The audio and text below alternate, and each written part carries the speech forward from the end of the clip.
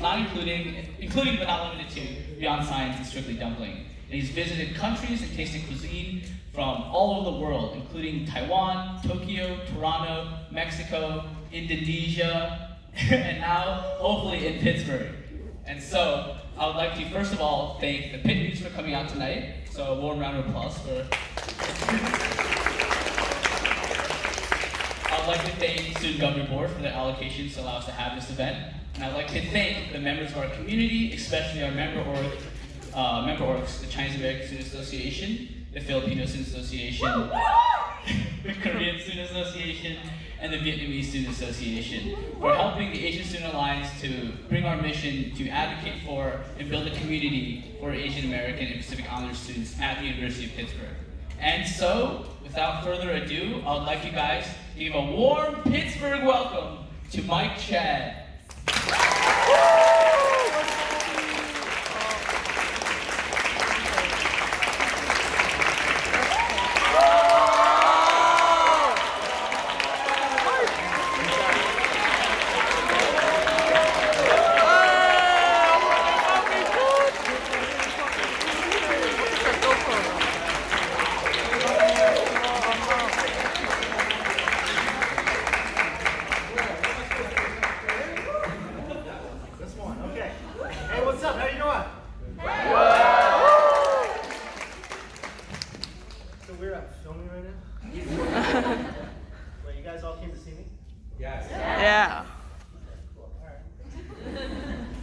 Is this everybody? Is your whole group? I just want to make sure the distractors out there. Yeah, appreciate you guys coming out. It's so weird. Can I stand? Like, what? All right. Wait, is this not on here? Is this better? Is this gonna work? Okay. It's a prop. They put it on me. I'm not sure if it works. Hey, it's a pleasure being here in Pittsburgh. Last time I was here, my fondest memory was a sandwich with fries on it or something.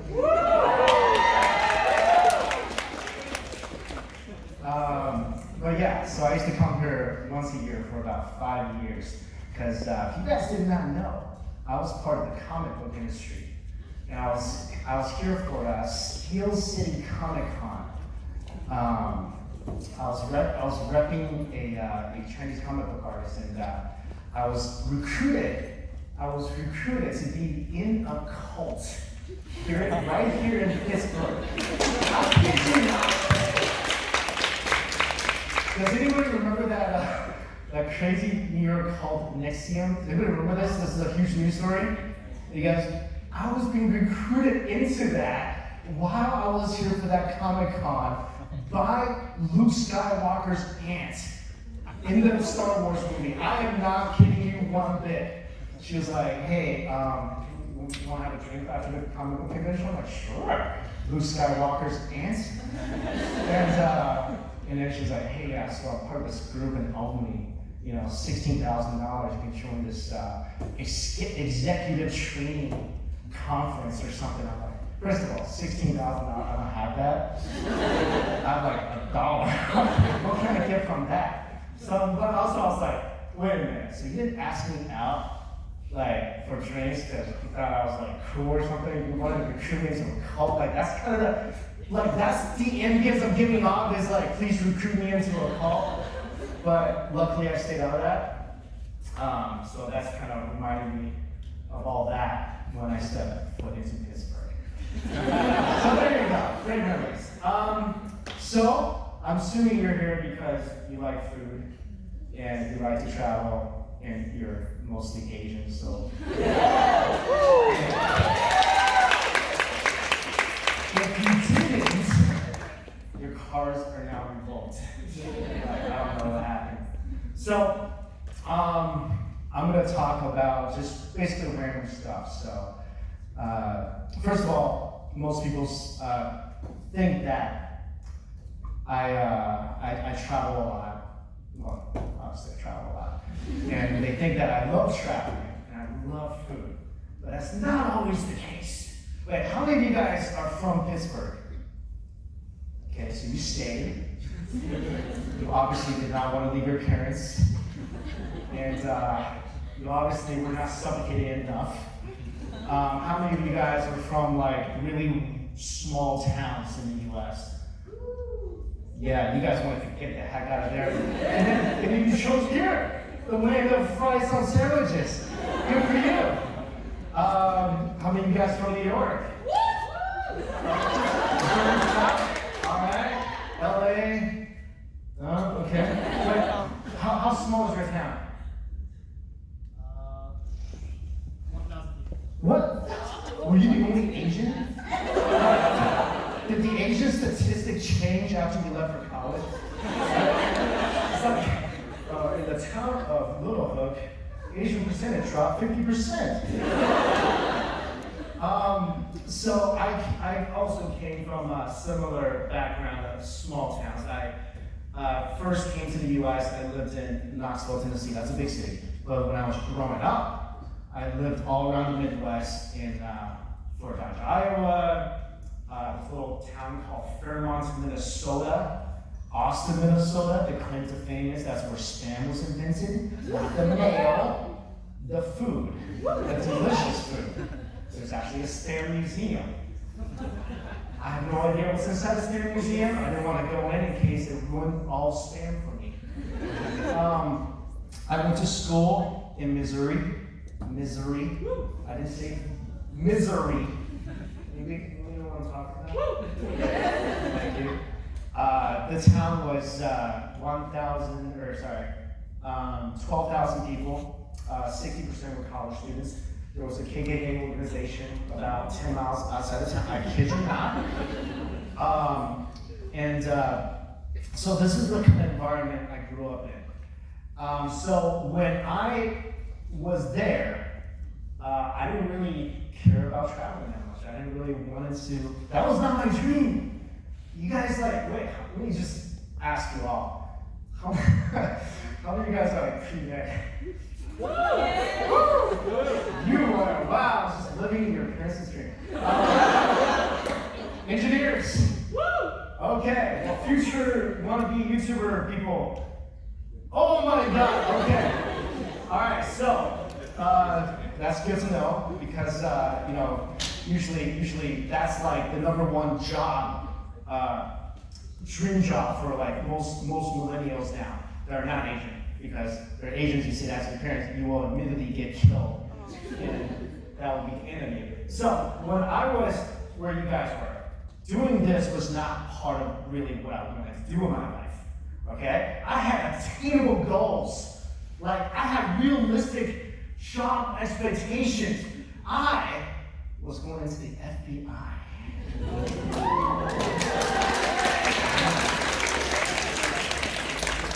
Because I'm like, yeah, I'm Asian, I got picked on my whole life, I gotta be able to carry a gun later. That's like, I gotta, when people pull me over for speeding, I gotta pull out the badge and no, I can go as fast as I want. So that was realistically what I wanted to do. I didn't want to travel, I wanted to stay, I was being recruited by the FBI. That's why I majored. How many of you guys are majoring in accounting right now? Nobody? Whoa, seriously. Room full of Asian, no accounting majors. That's impossible. Wow, okay, all right, okay. To my Asian parents, that they just thought I wasn't being accountant, so it worked out perfectly. And I didn't want to travel, and I didn't really want to leave. I wanted to stay in my little town. And I wanted to get married, have kids. I wanted to marry a blonde white girl with blue eyes, so our kids would be absolutely adorable. That's the goal. I'm gonna have some mixed kids. They're gonna be the greatest looking kids ever. And I'm gonna name them Harry. Chen. All right, so, and I really didn't want to go anywhere. I was comfortable where I was. And when the day came where I had the opportunity to move to New York, I didn't want to do it. So I'm like, wow, New York, sounds pretty nasty. I've been there a couple times. It's pretty dirty. People are mean. I don't want to go there. It's true. Come on. I consider myself people ask me, are New York people really aggressive? And me, I'm like, yeah. Yes. And then they'll always get somebody defending them, like, no, we're not. I'm like, yeah, we are. So I didn't want to do it. Because I was really kind of like, I didn't really want to leave my comfort zone. And so this is kind of like something that you wouldn't expect considering what I do now. But I went to New York, and it was a very eye-opening experience. You know, I'm like used to being in a little town where people are nice, a little racist but nice. No, you grew up in New York, even Pittsburgh. You might not know what I'm talking about. I live in towns where I walk into a restaurant, it's all eyes on me. I mean, I don't know if that's because they're like, Chen. No, Chen wasn't famous back then. It was not because of that. So that was like back during his Drunken Master days. That was not like Rush Hour famous yet. So moved to New York, and it was just like, wow, all right, I get to live in this basement. That's great. $700 a month, no AC, in this Brooklyn basement. That's like awesome. And it smells, and Chinatown smells, and I live in China. It was like, what am I doing here? So I was there, I was working at a nonprofit, and then later I went to work at Morgan Stanley for like a year. So I was kind of slowly getting out of my comfort zone. So I was working at this nonprofit, and it was a little nonprofit media company. And so one day after I got there, it was like a month after I got there, they're like, hey, we have this assignment in South Africa, so we're gonna send you over there. I'm like, all right, okay. I'm like, leaving there like tomorrow. I'm like, oh, good, that's great. There's no preparation whatsoever. So I'm like super not comfortable going anywhere. And New York was like huge for me. And they're like sending me to South Africa. So before I went, because it was kind of a dangerous assignment, there was like some crazy assassination attempt, it was like really crazy stuff. And they were like, we're having a meeting, and they're like, yeah, maybe you should take some bulletproof vests with you. When you get there, register with the consulate, so if you die, then people know what happened. I'm just like, what is happening? Like, I didn't sign up for any of this. I missed Papa John's and Kurt stuff. So I went to South Africa and got there, and first day there, I met this lovely driver. Like, this guy is the greatest guy I might have ever met, mainly because of his name. I'm like, hey, what's your name?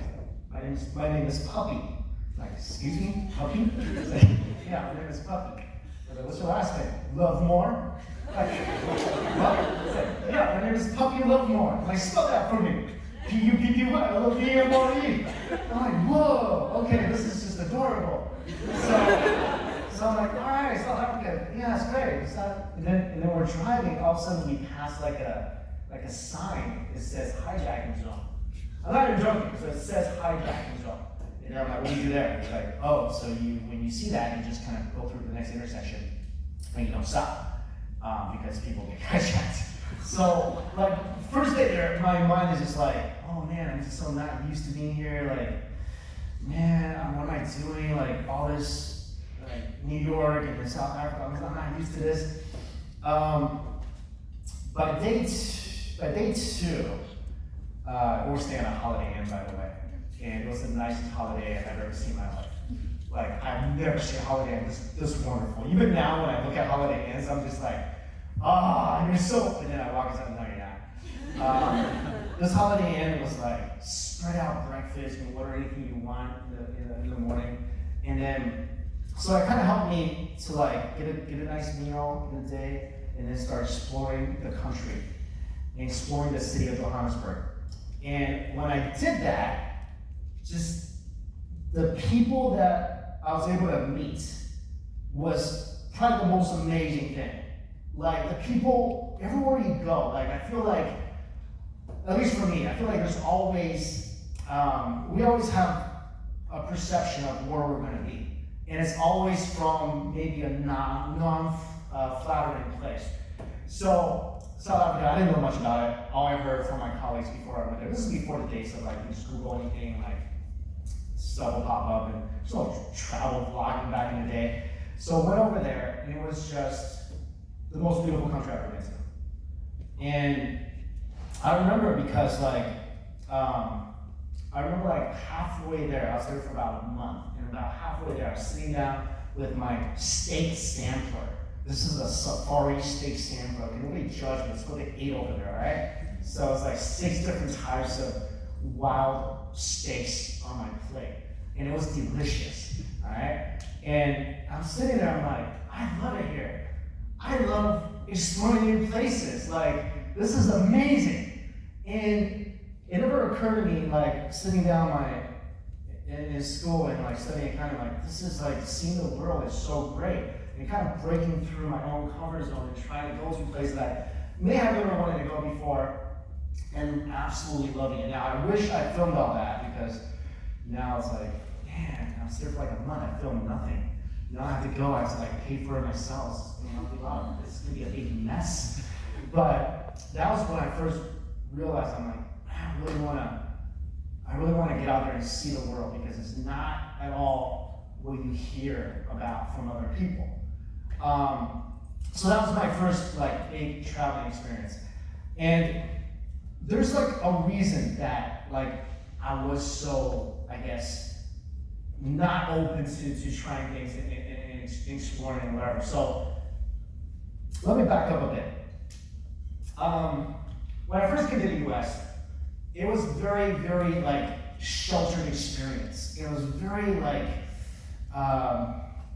I should say, like the Asian people stuck together, like in our school. When I first went to Knoxville, the Chinese kids stuck together, the Taiwanese people stuck together, like we all like had our own little cliques. And growing up, it was hard to like feel comfortable leaving that clique.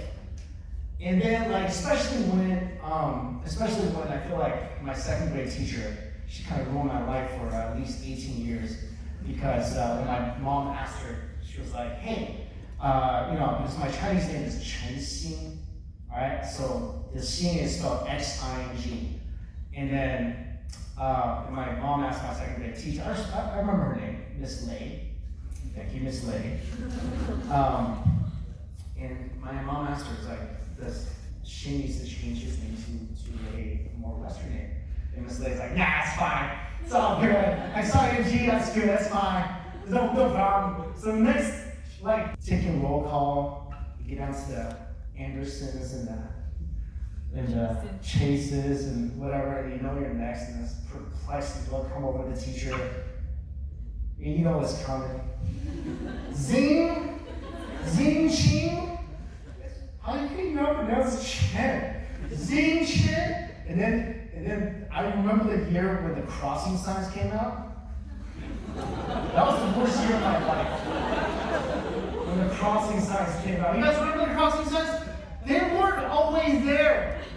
Okay? They didn't always exist throughout American history. This thing came out in like 1992 or something like that. Because all of a sudden everyone started crossing Chen. People were proud, like, I know this word. Crossing Chen. And everyone's like looking around like, who's this crossing guy? This is crossing. So, yeah.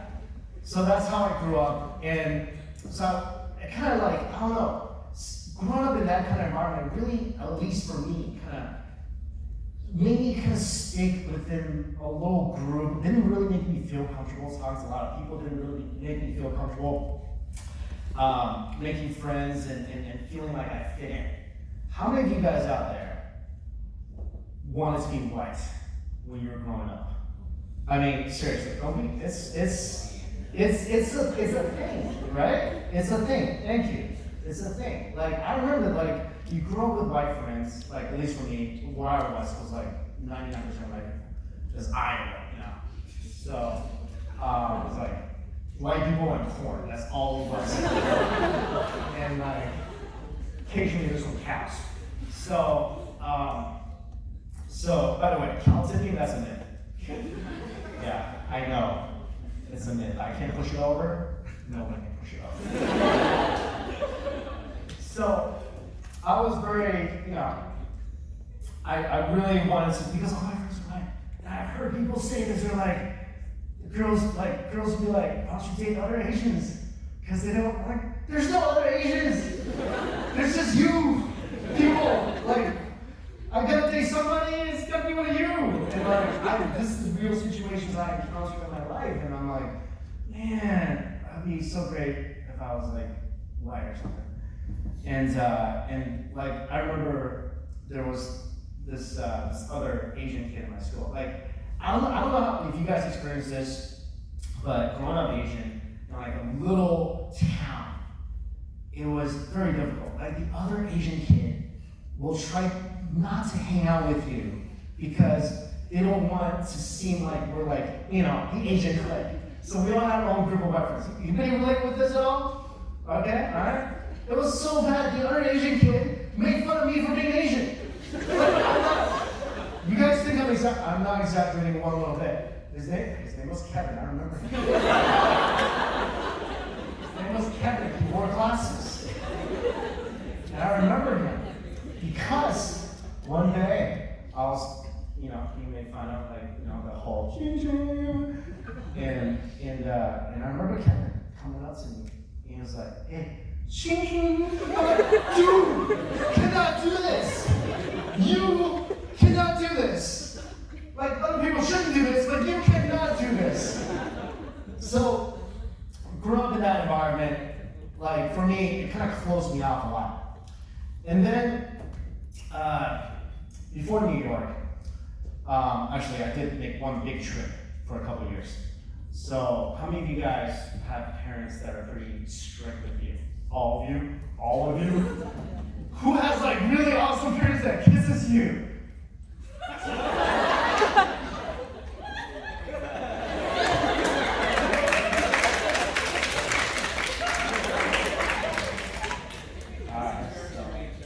What?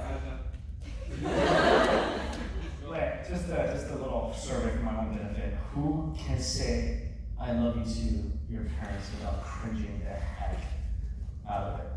You can say it, but who cannot? It's 2019. Hey, the no touching rule will exist forever. So my parents were pretty rough. So they were like, oh, we can't really control you because apparently, going crazy in the Midwest is like, uncontrollable. So they sent me to China. So most parents send you to your room. I sent me to China. This wasn't even like, I was like, excuse me? My friend Cole got sent to his room. You're sending me to another country? So they said, they're like, yeah, we're sending you to China. I'm like, how long? Like, the summer, like 2 years. So I'm like, oh, wow, okay. I'm not doing that. So I'm gonna run away and become a ninja in Japan. You guys laugh. This was a real plan. I wrote up an entire journey and everything. I remember there's gonna be a connection in Tokyo. I was gonna run out of the airport, find the ninjas. I was 12, I don't know. And I was gonna become a secret assassin of the night for the rest of my life. And I was not going to go back to China. Again, because I heard so many crazy things about China. It's like, there's nothing there, and it's just gross, and I'm going to hate it. So, didn't want to go there. But my connection was in Shanghai. My plan was spoiled. I could have been a ninja. Could have been the next Naruto. You guys missed out. Anyway, so we went to China. First day there, my aunt picks me up and takes me to a restaurant. All right, anybody eating right now? Okay, all right. So we'll make sure. We go to a restaurant. I'm going to wash my hands, and it's a squat toilet, right? You guys, I mean, calling it a toilet will be like a very, very nice way to describe it. It's a squat hole in the ground. Right? You guys been to those places in China? Like, you know what I'm talking about? if you cannot do the Asian squat, you should not go to these places. Like I see some like I'm like whenever I have like Western friends, I'm going to some of these countryside places in China. I'm like, can you do the Asian squat? I'm like, yeah. Like, no. You need to be able to do the deep Asian squat for at least 10 minutes.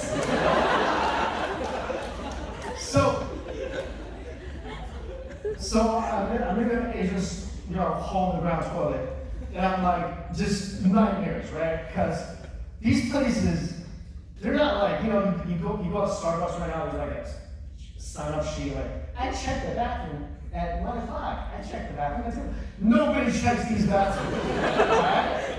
The hole in the ground is really merely a suggestion at these toilets.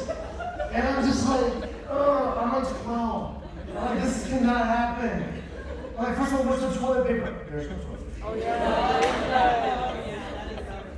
I'm like, this is the worst thing ever. I knew I shouldn't be here. I knew this whole ninja thing was, this is the worst thing. So, I remember so perfectly, I used the bathroom, and I'm like, all right, I gotta wash my hands. Where's the sink? There's no sink, right? But I did see a bunch of tubs of soap water. And I'm like, oh hey, tubs of soap water. So I'm like, wait a minute, it kind of smells like pee.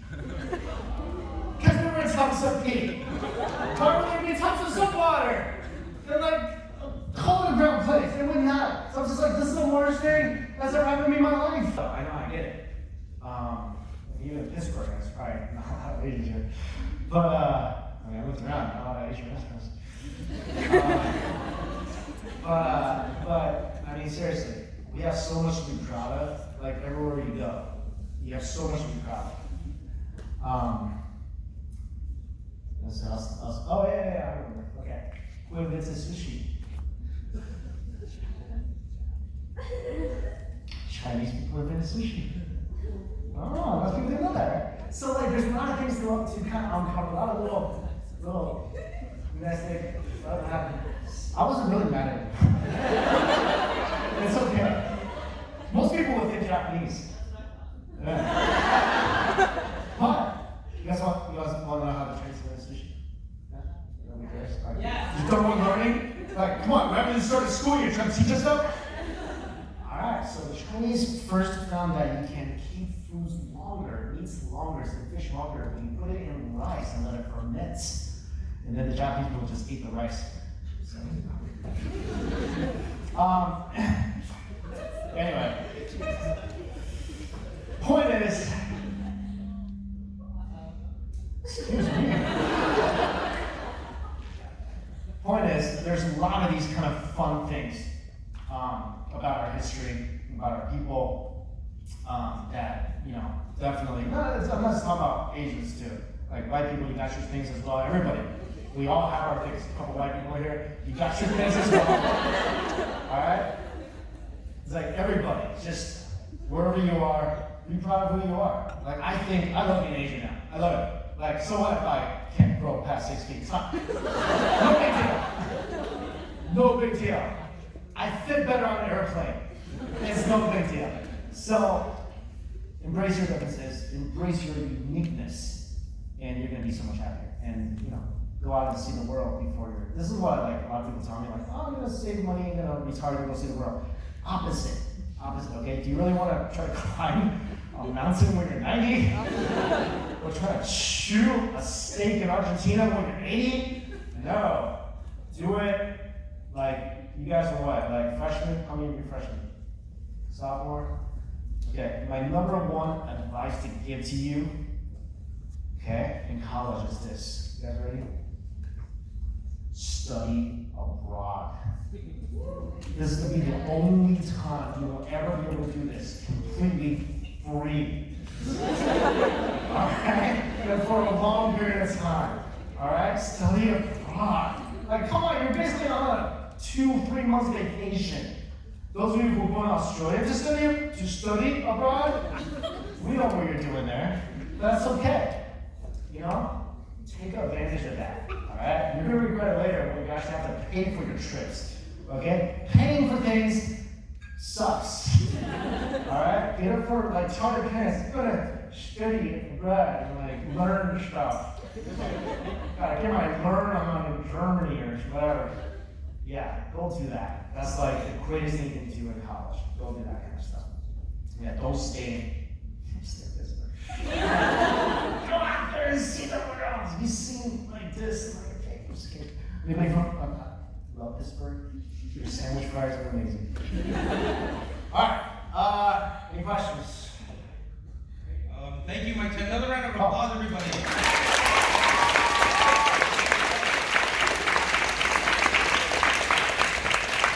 My name is Albert. This is Josh. We'll be the co-host for tonight for Q&A. We have a few questions as well as some of the audience. Yeah, so I just want to reiterate that how the question process is going to work is go on our Instagram and go on our story, and it's going to be a live feed. If you have any questions, please put them in there, and then we'll call you up as we continue with the Q&A, all right? Thank you, guys.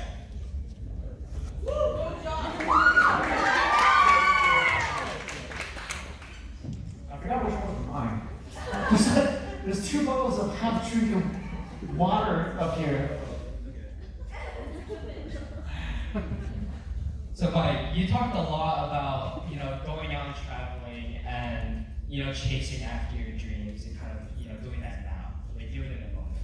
So what kind of inspired you to, have that YouTube channel and live that moment right now? I mean, I started doing like just Chinese traditional cultural content on YouTube. So it wasn't like always this. And then I'm like, man, I just really want to eat and have people watch me. Isn't that weird? Like, I want to eat and just have people watch me eat. That's the whole point of mukbang.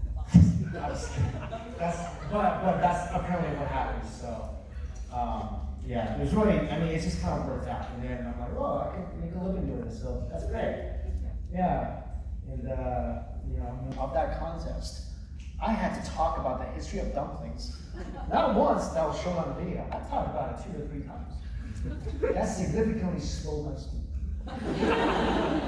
No, it was fun. Like they told me that like I think 2 days before we filmed it, we're gonna eat this many dumplings.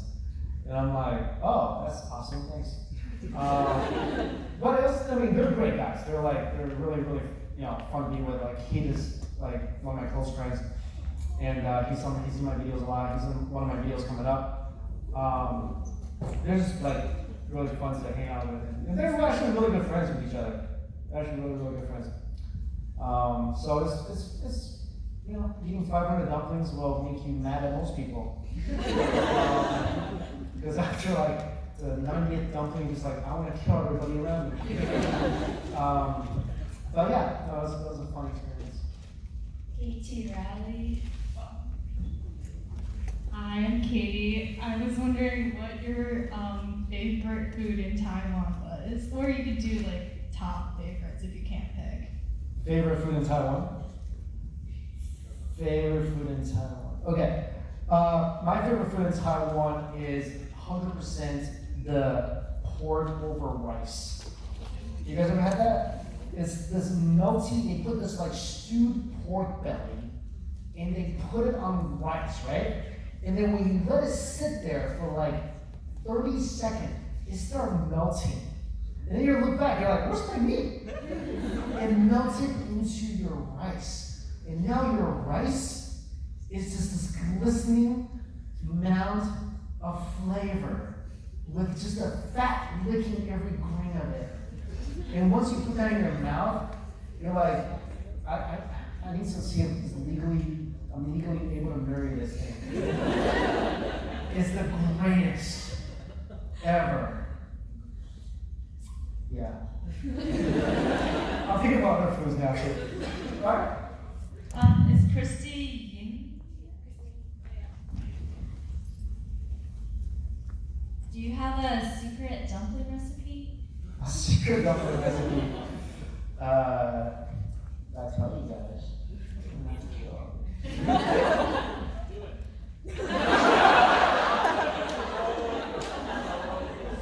Alright, well, if I became a ninja, I would have. But Okay, so I published my dumpling recipe. Oh, I did. It's on I have a cooking course, by the way. So it's on the cooking course. So it'll be public, I guess, on this cooking course. So, but I'll tell you the secret ingredient. It's not that. Oh my God. It's got to be revealed. It's just definitely in the world. It's really simple, actually. So my dumpling, I make it with 30 fat, 70 meat, pork. And I always use dill. Not cabbage, not chives, dill. Because it's going to bring out this amazing fragrance that you never would have had before. Dill dumplings is the greatest dumpling. It's the king of all dumplings. Other dumplings see dill dumplings and they bow down to it. You guys ever had dill dumpling? No, right? That's my secret ingredient.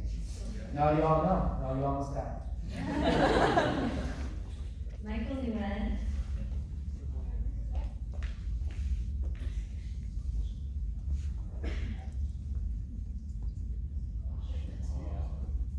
Hi, I'm Michael. I'm a senior. What do you do outside of work? Like, what's your work-life balance? What do you do outside of that?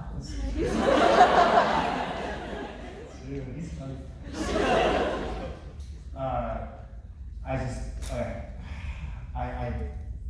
You want to hear what my last 30 days are like? This is very typical.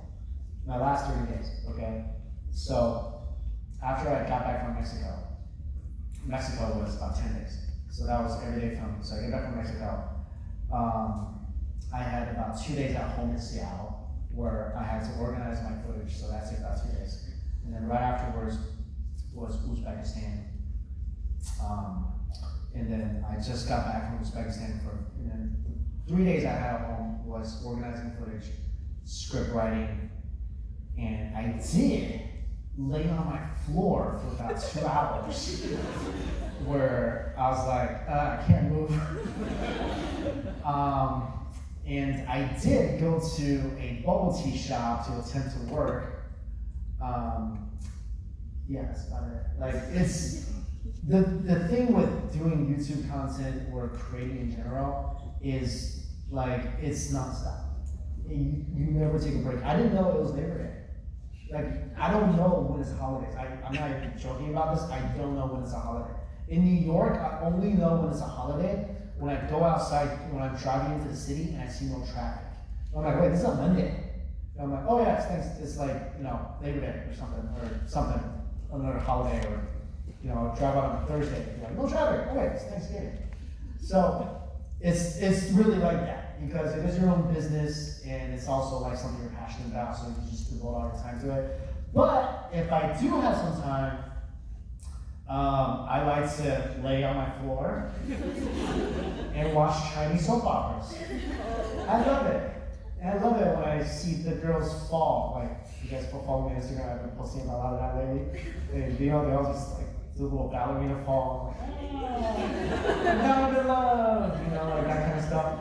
So that's what I love to do. Like, I love staying home. Like, I'm really bored in my free time. Like, I just stay home and I just like lay there. That's why I'm so mad that Seattle hasn't rained in like 3 months, because whenever I'm doing that, I want it to be raining outside, and it never is raining. So it's hard because like when I'm trying to, like for example, my next month, I'm here with you guys, lovely people. This was the date I told Robert, I'm like, I can only come today. Like, I can only I just came back from Uzbekistan, 2 days. And today I'm here with you guys. Tomorrow morning, my 6 a.m. flight, going back to Seattle, and then directly from that airport, Philippines for a week. From there to New York, where I'm launching my sugarcane juice. So I'm there for a week and a half, just working there. I'm filming a collab with Cooking with Ladish, or Being with Ladish. Andrew, I call it Andrew, so I don't know what a bad dish is. So with him and also Adam Richmond, so we're gonna do a big seafood feast. That's all New York, and then after that, hitting from there back I'm doing a charity basketball game with Stephen Lim, all those guys, all the, what do you call those, all the Asians that I don't hang out with, over there on the East Coast or West Coast, all of them, all those, Simu, that guy, the new Asian superhero, who was it? Other people. I don't hang out with these guys, the LA Asian YouTube crew that I don't really hang out with. So I'm doing a charity basketball game with them, and right from there, I'm flying to Singapore. And then coming back, and right from there, I'm filming a show for possibly Netflix or Hulu. So that is my next month and a half. And that's typically my schedule. It's just this. Was I supposed to tell you this? Did I sign a contract? It may not be from Netflix, but it could be. So wherever it comes out, I have no idea where it's coming out. Wait, quick question. How do you get like funding for all these? Like, is it like through sponsorships or out of your pocket or? Funding for the trips? Yeah. Oh, you pay for it. That's why I tell you did you miss the whole study abroad thing? Where it's like, sign up for free and paying for stuff sucks? Yeah, I pay for everything. Yeah, that's not there's something about, anybody know any crazy rich Asians? Like, you know, like one of these super crazy rich, like, you know, wants to get married or something. Is Evan Kim here?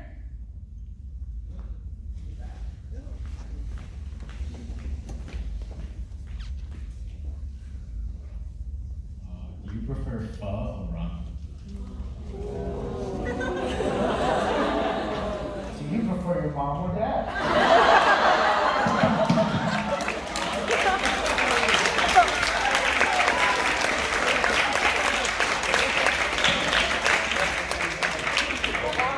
I'll leave it at that. What, you guys want to answer? The one maker.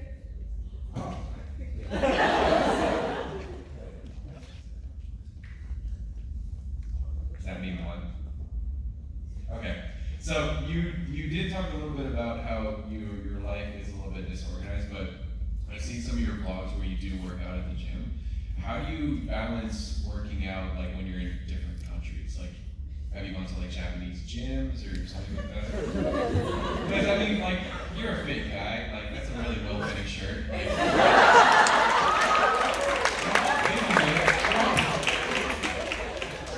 They do accent my boobs. Okay, so I credit mostly to the great Asian genes.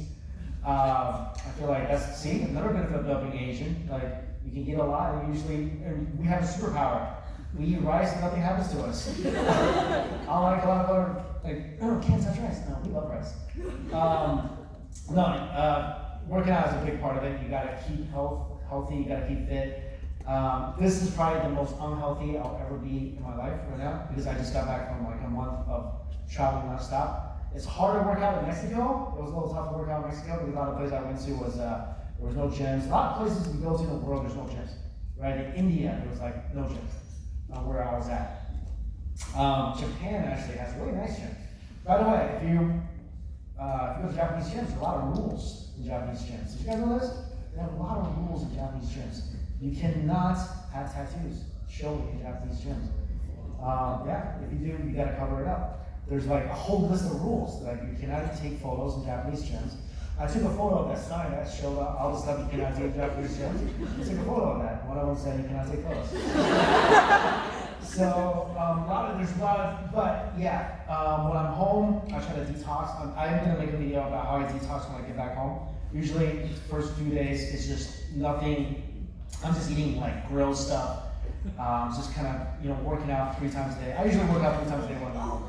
Oh my God! All right, but yeah, you gotta try to do as much as you can. But this is probably the most unfit I've ever been in my life. you look good.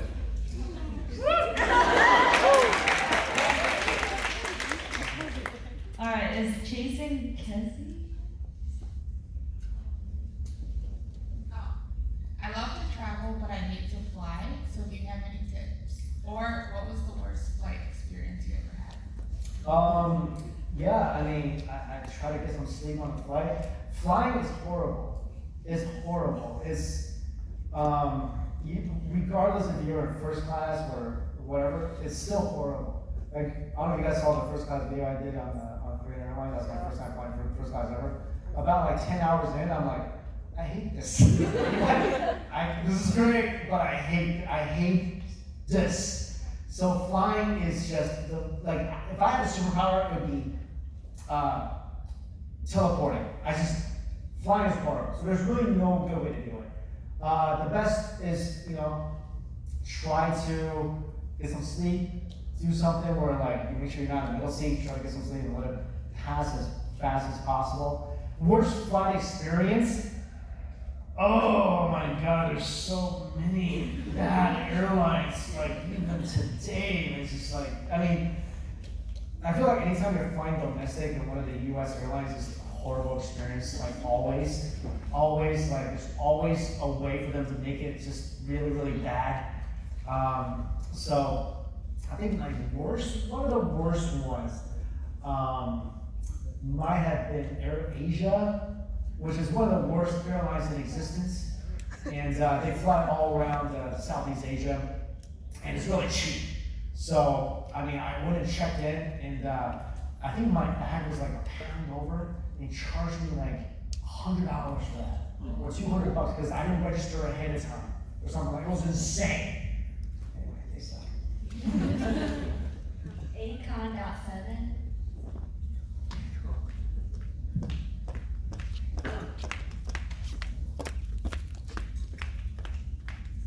That was really far. She had to walk. Hi, I'm Amanda.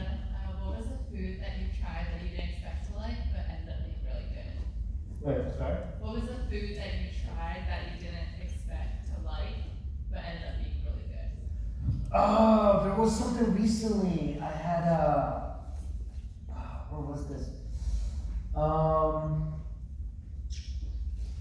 I think it was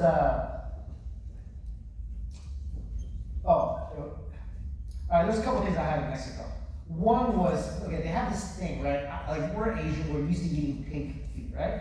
We love our pig feet, it's great, right? It's beautiful. But have you ever seen like a translucent pig feet? It's like freaking, like, it looks like a ghost. Like a ghost pig. It's like someone chopped out the leg of a ghost pig and cooked it. It was just like translucent, like not, usually pig feet, when we eat it, it's very soft and juicy and tender meat. This thing is like, it's like a bouncy ball, right?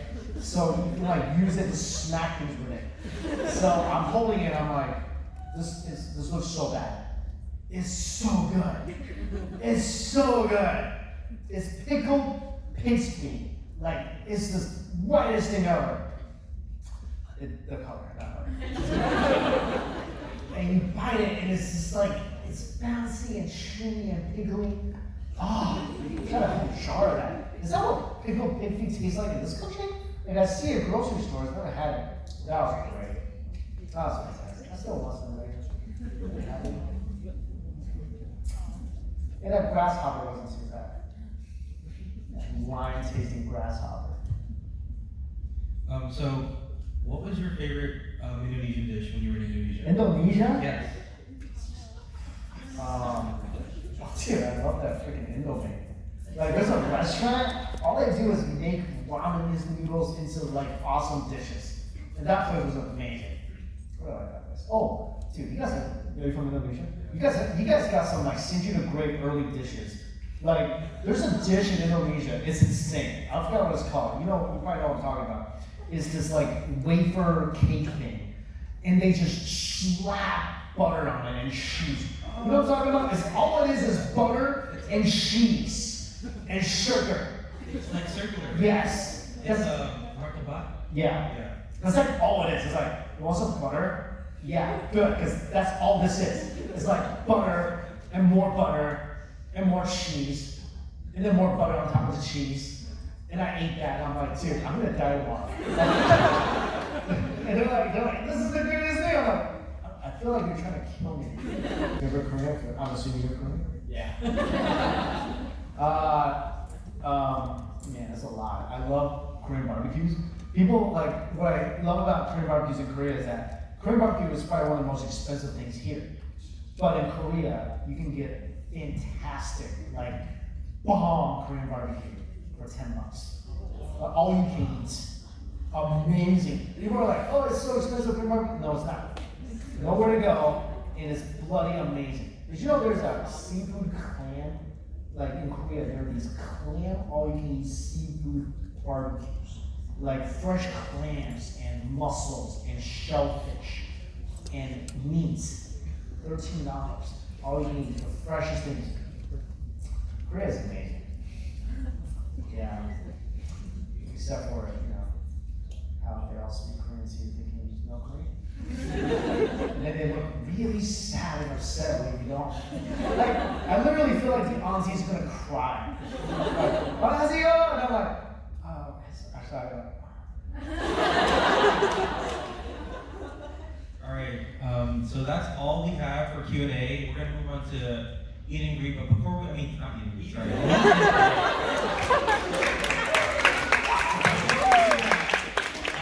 Our Vice President here, Bobby Chuck, has an announcement to make. Hey. I didn't know where to begin. I'm gonna touch your phone. I'm gonna touch your too high tech. Thank you. You said it yourself. Hello.